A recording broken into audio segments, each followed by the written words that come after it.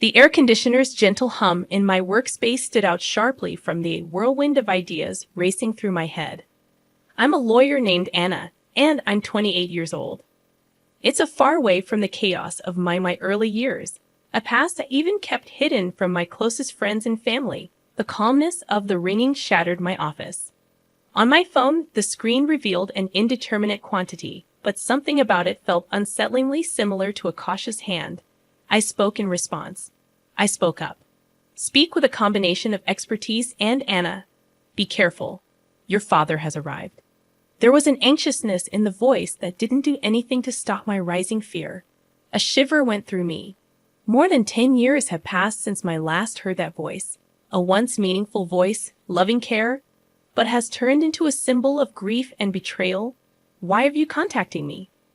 I asked to speak for myself, severing with precision. During the quiet that ensued after his first things first, I'm having problems. Anna, I need financial assistance from you. He mentioned, his voice breaking somewhat his request, even though it maybe started a fire of bitterness within of me.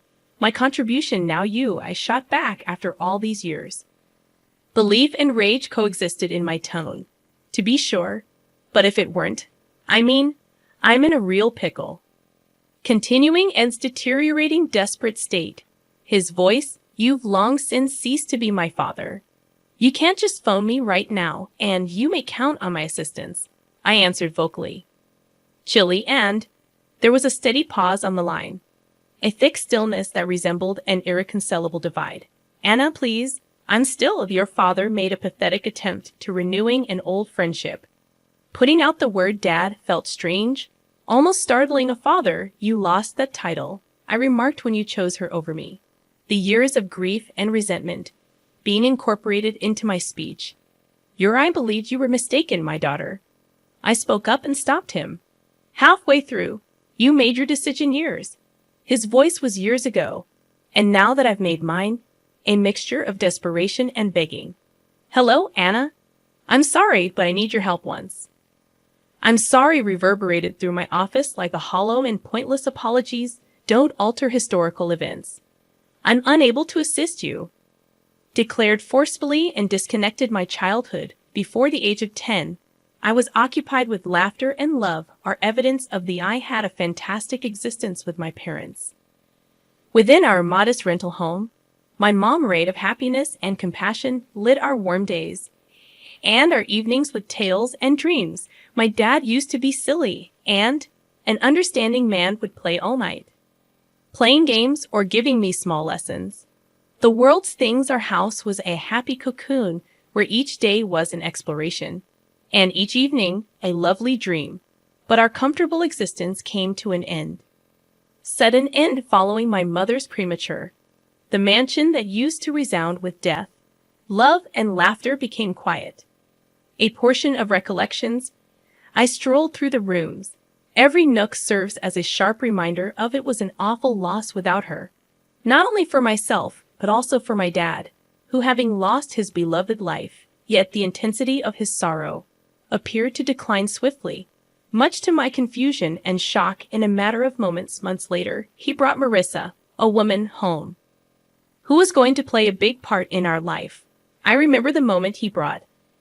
A day that signified the conclusion of my treasured childhood. Anna.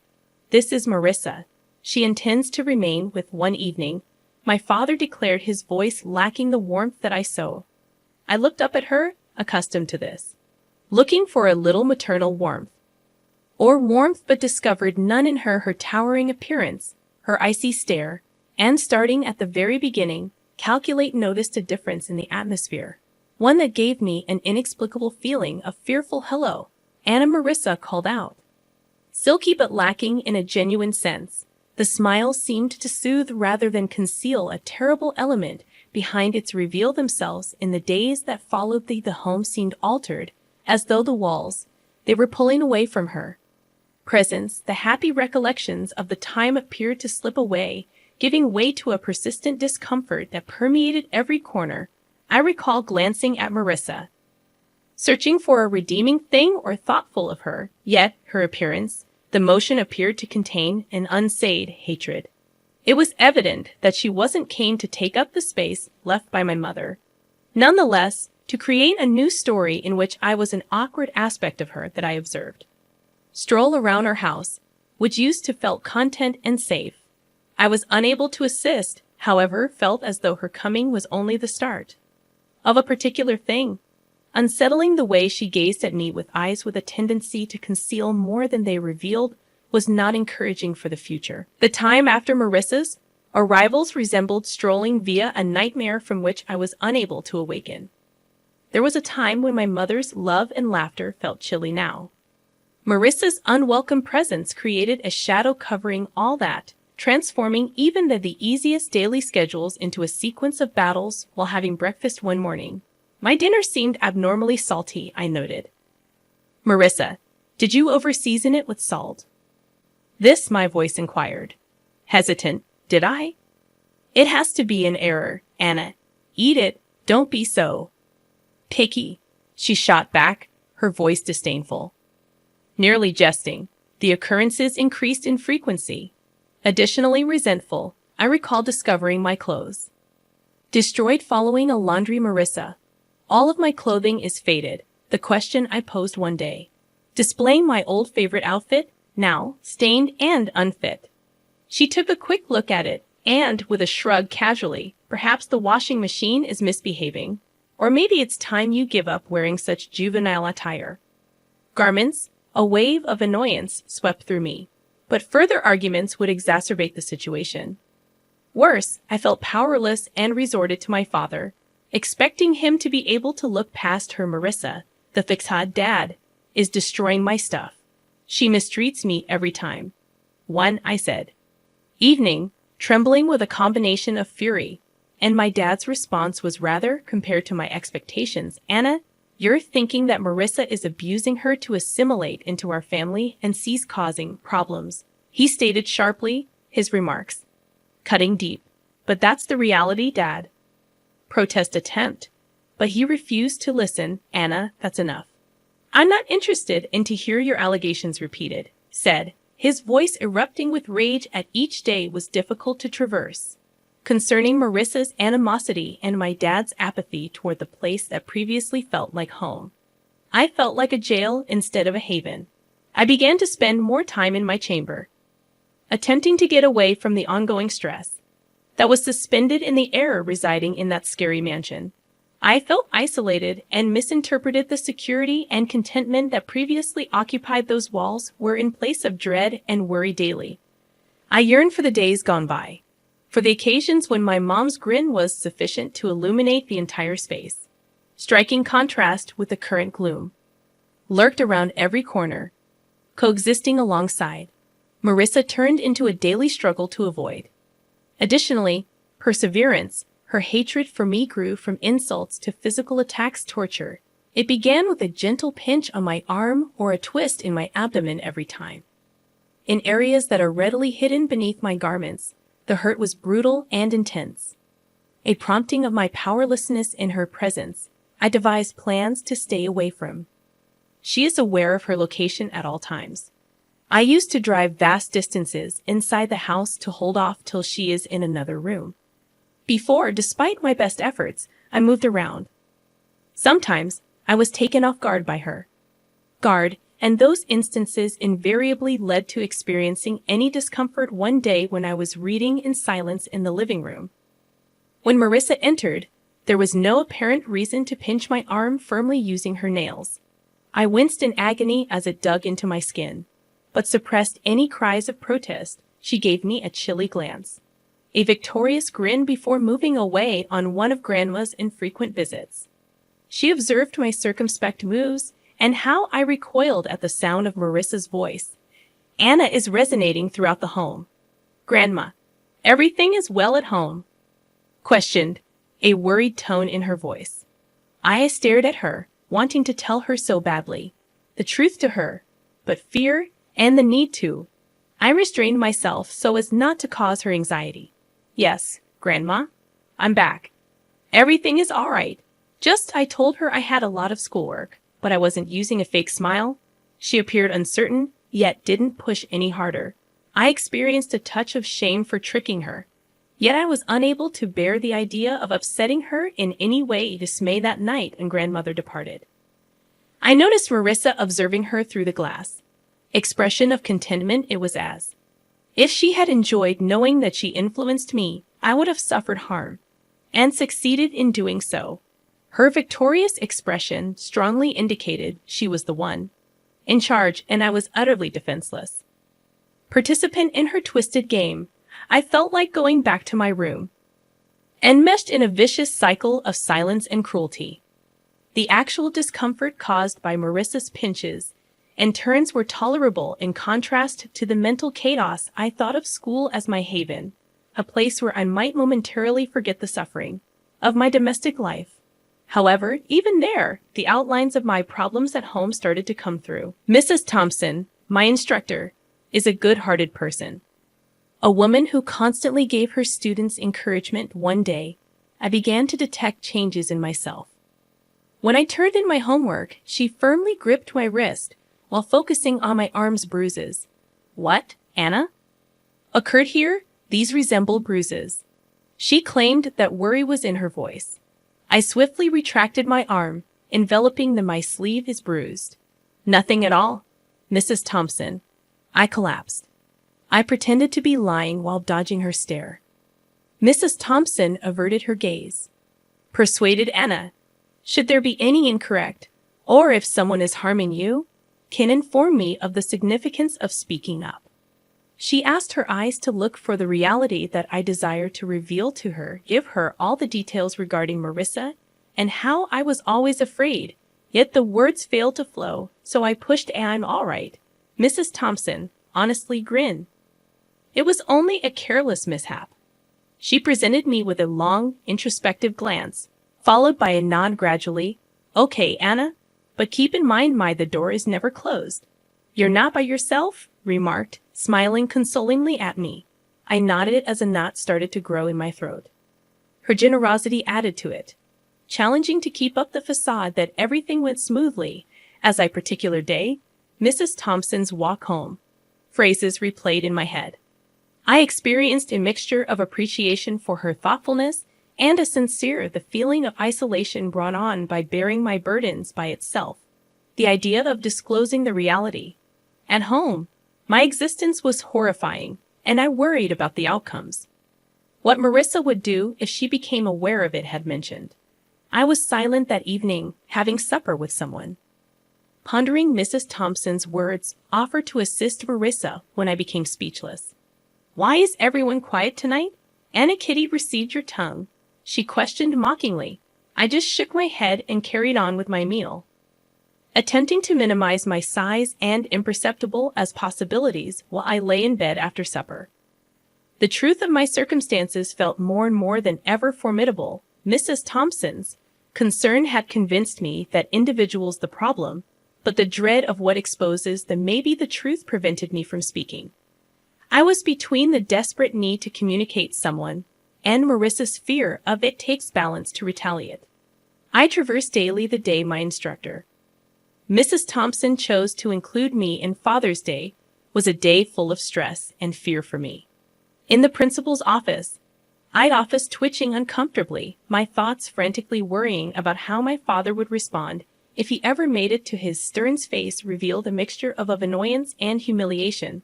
"What's up with Anna? Are you calling me to come to your school?" With a strong voice, he demanded this. He entered. My eyes slid to Mrs. Thompson. Looking for some reassurance, I swallowed hard and searched for my voice. Dad and Mrs. Thompson observed what she saw.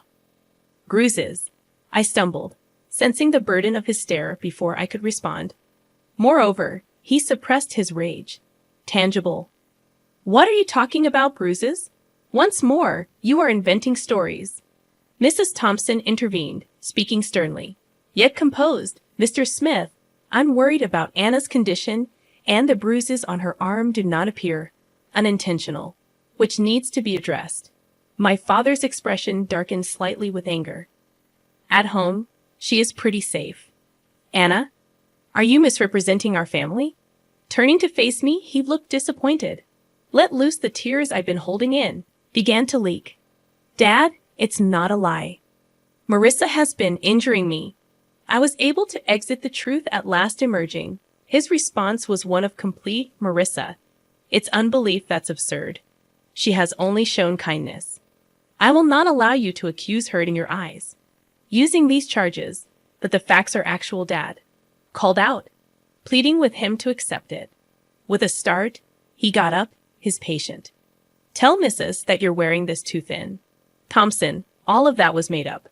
I dutifully faced the instructor and reiterated his. She nodded again without speaking. Anything while returning home empty-handed, said another way. He kept me trapped in my room. Using the door, I could perceive Marissa's voice brimming with deceptive worry. I told you that she's only looking for. I sat on my bed, she added, paying attention, having a strong sense of loneliness and sorrow at the one person I believed I could guarantee that he had turned the walls of my room, which are facing me, had previously seemed to be my haven, but now I lay there feeling like I was inside a prison. There, reflecting on all that had occurred as a result of the physical abuse's suffering, was insignificant in contrast to the emotional, the agony of not being believed, and my father punished me. It was a severe understanding that the individual who was meant to adore and guard me unwaveringly was now the origin of my deepest agony in the days after my confinement. Among the darkest were those in my chamber. Had already felt imprisoned entirely and helpless. I realized that my only chance lay. On my mother's side, my granny was a compassionate and loving woman with always been kind to me, but I never thought to bother her with my problems one night at home while I was my father and Marissa had their hands full. I plucked up the bravery to give I was shaking my hands, Grandma, as I dialed her phone number. Hi, her reassuringly warm voice said. Over the phone. Anna here, Grandma stated, attempting to maintain a steady tone. Anna, how are you, my love? She questioned, her style. Tears filled with sincere concern welled up. When I answered, Grandma, I need in my eyes. I would like to remain with you for a. Although there was a brief period of stillness on what went wrong with Anna on the other end, I had an experience. Therefore, I took a deep breath, words flying out of my mouth. It's Marissa has harmed Mom and Dad. Won't accept me. I am still trying to figure out what to do. Her voice carried concern, which I could perceive as. She answered right away, of course, my love. You immediately approach. I will attend to. The day my grandmother arrived was this one. Even though she was little, her presence filled the space. She faced my dad with a strength that took me by surprise. John, Anna isn't coming with me. Safe here, she proclaimed. With firmness, my father retreated and attempted to. Mom, you can't just take her, I argue. She's your daughter, mine, and you unable to defend, she retorted. Acerbic, I refused to observe her. Marissa attempted to step in, but she's merely a kid inventing tales. You are unable to have faith in her instead of us. Grandma looked at Marissa's gaze. Steely, I can tell when a child is afraid. I'm bringing one, Anna, and if you attempt to halt me, I'll take this issue up with the officials. My father became aware that he was beaten and gave up trying to fight back. Opposition when I grabbed my belongings, I noticed. Marissa went from having a stubborn expression to overcoming. Stepping outside the home with my grandmother, I had a release of weight. Shoulders. I felt safe for the first time in months. It was a calm drive to Grandma's house, although her existence was consoling. When we got there, she turned to me and told me, Anna, you're secure now. I'm no longer concerned about my grandmother's home. I experienced the affection and protection that had been absent from my life serve as a haven for my healing, and used the contrast to regain my strength. Between her nourishing house and my father's home was glaringly cold. First time in a very long time. Sensed that my breathing had returned. Escaped the worry and fear that had troubled me. It had been years since I had gone to reside at my father's house with my granny, the place she'd lived in sanctuary, a haven of love and healing. But time has moved on, and with it created a fresh wave of transformation in my cherished grandma departed, leaving a gap that seems impossible. At the funeral that Marissa and my father attended, their features a mixture of fake sadness and ill-dressed zeal. It was apparent they were more interested in the potential benefits of rather than lamenting her death. Morning following the funeral, as we assembled at Marissa, I wasted no time at my grandmother's house. Timing nicely, Anna. I assume you'll be finding a new place to live now. House and everything in it belongs to your father, now, she said in her voice, tinted with a barely concealed glee. My father nodded in accord, eyes surveying the room as if already planning what to do with the house. Couldn't help but smile, a reaction that seemed to confuse them. Actually, that's where you're wrong, I said, the confidence in my voice taking them by surprise. What do you mean, my father inquired, his visage turning to one of bewilderment. I took a long breath, enjoying the moment. Grandma left a will. She bequeathed the house and a considerable amount of money to me, I explained, observing as their expressions altered from bewilderment to startled. But you're just a child. I'm your father. I should be in charge of the inheritance you receive, my father sputtered, his sense of entitlement evident. Marissa chimed in, her voice shrilly stating, until you come of age, your father will handle your property well. Prospects, their reactions were almost amusing. You don't care about me so much that you didn't even wish me a happy day. I turned 18 a month ago.